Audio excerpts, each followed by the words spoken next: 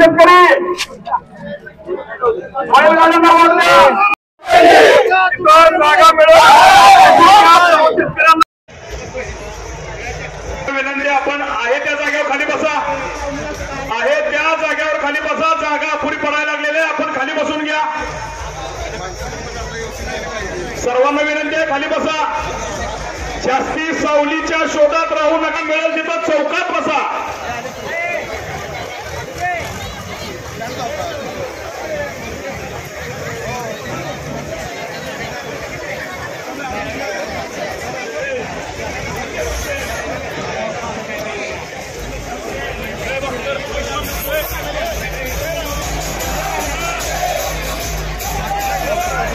माननीय खासदार संजय काका आणि प्रभाकर बाबा हे विश्वरत्न डॉक्टर बाबासाहेब आंबेडकरांच्या पुतळ्याला अभिवादन करण्यासाठी निघालेले. त्यांना रस्ता मोकळा करून द्यायचा आहे.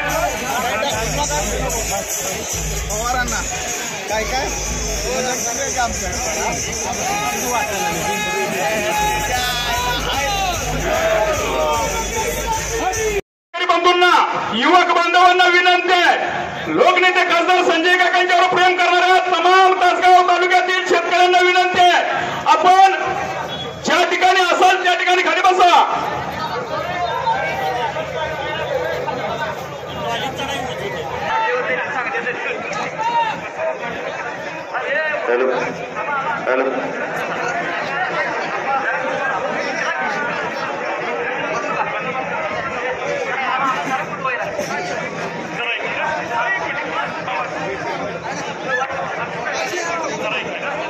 सर्वांना विनंती आहे, आपण जागा मिळेल तिथं खाली बसून घ्या. इथं उभा राहू नका, खाली बसा. बसा खाली. सर्वांना सारखी विनंती करायला लावू नका. आपण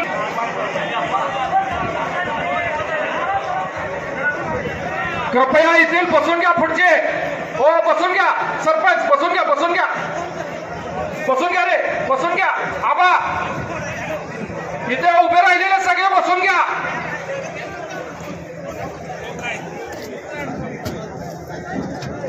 इथे उभे राहिलेले बसून घ्या खाली. ओंकार बसून घ्या.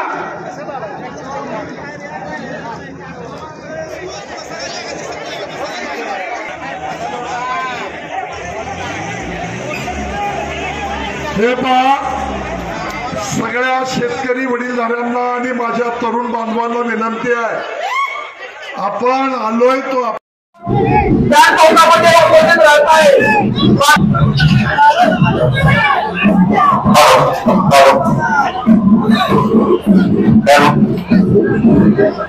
एका बाजूला केंद्रीय एका बाजूला परिकाने उभा करून घ्या.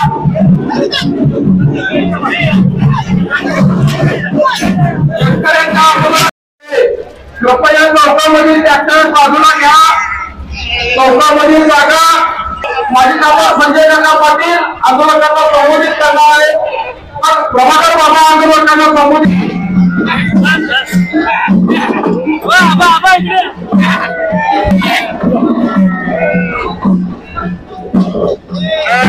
कृपया मेट्रो धारकांना विनंती आहे, आपण वेगवेगळ्या रोडला उपस्थित राहायचं आहे.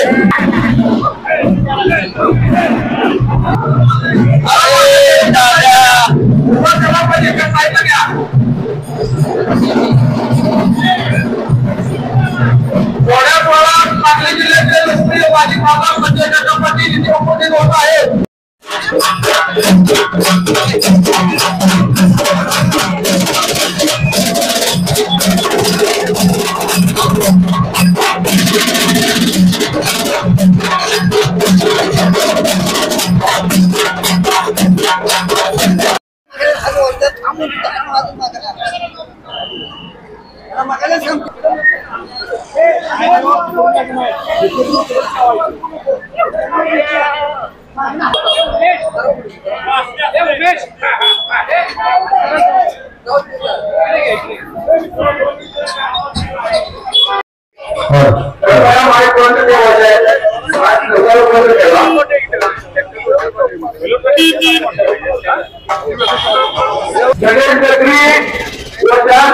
ज्यांच्या तुल्य उभा आहे कृपया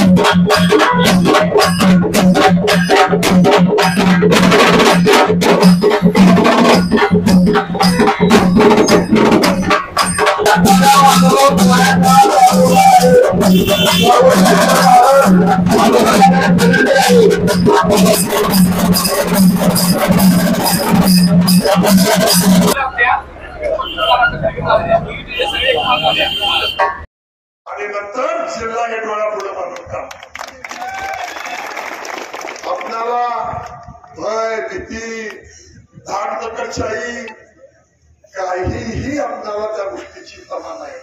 माझे हात जोडून राज्याच्या मुख्यमंत्री आणि दोन्ही उपमुख्यमंत्र्यांना विनंती आहे की या मायबाप जनतेसाठी ही संपूर्ण कर्जमाफी जे तुम्ही आश्वासन दिलेलं आहे ते आश्वासन तुम्ही या ठिकाणी लवकर पूर्ण करा.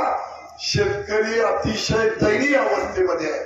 शेतकरी अतिशय अडचणीत आहे. हे दिवस बदलतील, पुढचे दिवस चांगले येतील म्हणून तो बिचारा वर्षानुवर्ष प्रयत्न करतोय. त्याचं सगळं थांबलंय, त्याचं सगळं फुटलंय. तेव्हा अधिक आमची परीक्षा घेऊ नका. मला राजकारणामध्ये कुणाला जिरवायचं आहे त्याच्याशी दोन हात करायला संजय पाटील व्यक्तिगत लढायला तयार आहे. पण त्या शेतकऱ्यांच्या आड येत असाल, शेतकऱ्यांच्या मागण्या लावणार असाल तर मी प्रतिकार केल्याशिवाय स्वस्त बसणार नाही. आणि मी ज्यावेळी मुलाला सांगितलं महिन्यापूर्वी त्यावेळी त्यांनी सांगितलं तुला काय तुझं राजकारण बघायचं असेल तर बघ. त्यांनी सांगितलं तुमचा मान अपमान सोडून, तुमची अवेलना सोडून, जनतेची अवेलना सोडून आपल्याला राजकारण करायची गरज नाही. काय आमदार खासदार झालो म्हणजे काही गावाला सुटले असं नाही.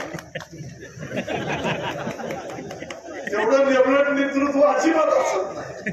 माझी आपल्याला विनंती आहे की काय आज दिवस आहे. मानवाच्या विरुद्ध लंगर उठतोय, ओबीसीच्या विरुद्ध अक्का उठतोय. सगळ्या जाती धर्मामध्ये विश्वती पेरली आहे. काय धोरण आहे, काय प्रकार आहे. तुमचं ह्या मूळ प्रश्नापासून लक्ष बाजूला गेलं पाहिजे. काय भाषण करतोय आम्ही, कुणाला अंगावर सोडतोय, काय पेरतोय ते उगवणार आहे. अरे बाबा रावणाची लंका जळाली, तुम्ही अधिक ही सारखी पत्ती आहे. सगळ्या देवांना आधी ग्रहाला दिलं, बंदिवासात ठेवलं होतं, त्या रावणाची लंका जळाली. अरे तुम्ही रावणापेक्षा वाईट काम करायला जाऊ नका, करू नका. अतिशय वाईट अवस्था आपल्याला येईल. पण या समाजाचं नुकसान चाललंय. कोण कोणावर काय बोलतोय, काय बोललं पाहिजे, जिल्ह्याचा इतिहास परंपरा काय, कोण कोणाला बुजवेला करून काय करतोय, कोण कोणाला आक्षेप घेऊन जाती धर्मामध्ये विश्वली पेरतोय, हे चांगलं नाही. तुम्ही आईची शपथ घेऊन सांगा इथं आलेली माणसं 5-6 वर्षापर्यंत कोण कुणाला शेजारी राहतोय तर शेजार धर्म पाळणारी माणसं आपण बोलत होतो. भावकी गावकी जी निश्चित असायची. आज काय अख्ख्या जातीचा आहे, तो अख्ख्या जातीचा आहे, ही जात पुढे येते, ह्याला विरोध करा, मग आपलं राजकारण साधवा. अरे कोणतरी आमदार, कोणतरी खासदार, कोणतरी मंत्री होण्यासाठी एवढी खर्ची पातळी टाकू नका. लाख चाहे तो क्या होगा वही होगा तो काही दिवस चालत नाही. आणि थोडा संयम ठेवला. जाऊ दे, काही गोष्टी सांगितल्या ऐकल्या गेल्या नाही, पण आपण ह्या सगळ्या गोष्टी भान ठेवला पाहिजे. या महाराष्ट्रामध्ये, पुरोगामी महाराष्ट्रामध्ये छत्रपती शिवाजी महाराजांच्या, फुले शाहू आंबेडकरांच्या या महाराष्ट्रामध्ये असं करू नका. राजकारणामध्ये कोण सत्तेवर येईल, कोण जाईल, कोण ताम्रपट घेऊन आलेले नाही. या तालुक्यामध्ये सुद्धा अनेक आमदार होऊन गेलेले आहेत. शांताजीराव तात्या झाले, जी.डी. बापू झाले, संपतनाना झाले, दिनकराबा झाले, बाबासाहेब तात्या झाले, दिनकराबा झाले, आराराबा झाले, आत्ता रोहित पाटील सगळी ही सत्ता क्षणाची आहे. आपण लोकांसाठी चांगलं काम करूया. माझी आपल्याला हात जोडून विनंती आहे. मान अपमान नाही, मी काही त्याचा प्रमुख नाही, मी काही त्याचा बोलक्या नाही, पण हे प्रश्न शेतकऱ्यांचे आहे. ज्यांनी आपल्याला उभा केलं, ज्यांनी आपल्याला तळहाताच्या फुलाप्रमाणे जपलं, ज्यांनी आपल्याला पुढच्या पोरासारखी प्रेम भावना शक्ती आपल्या पाठीशी उभा केली, त्याच्या बरोबर आपल्याला राहण्याची भूमिका करूया. राजकारणामधले दिवस कोणाला कोणाचे किती दिवस आहेत हे सांगता येत नाही, पण मी ठरवलंय हा शेतकऱ्याचा झालेला आवाज जो क्षीण आहे, कुणी बोलायला तयार नाही. कोण बोलतोय? मागाशी कोणीतरी सांगितलं बच्चू कडू बोलताय. तो हिमतीनं लढायला लागलाय प्रशांत शेतकऱ्यांसाठी. आपल्याला हा आवाज जर मोठा करायचा असेल, हा संघर्ष मोठा करायचा असेल, ही कर्जमाफी मिळवायची असेल, तर आपली एकजूट असली पाहिजे. तुम्ही समजून घ्या. आज इथं आलो, भाषण केली, बरं वाटलं, तेवढ्याने विषय संपणार नाही. आगाशी मी सांगितलं, मेंढ्या घेऊन माणसं आलेत, शेरडा आहेत, मेंढ्या आहेत, बैलगाड्या आहेत, ट्रॅक्टर आहेत, काही गावातले डंपर माणसांचे शेतकऱ्यांचे आहेत. ते माती भरून आलेले आहेत, भरणारे माती इकडची तिकडे देतात. जेसीबी आहे, शेतकऱ्यांची वाहन आहे. काहीतरी करून माणूस आपलं पोटपाणी चालवण्यासाठी उद्योग करताय. ते सगळे घेऊन रस्त्यावर आले.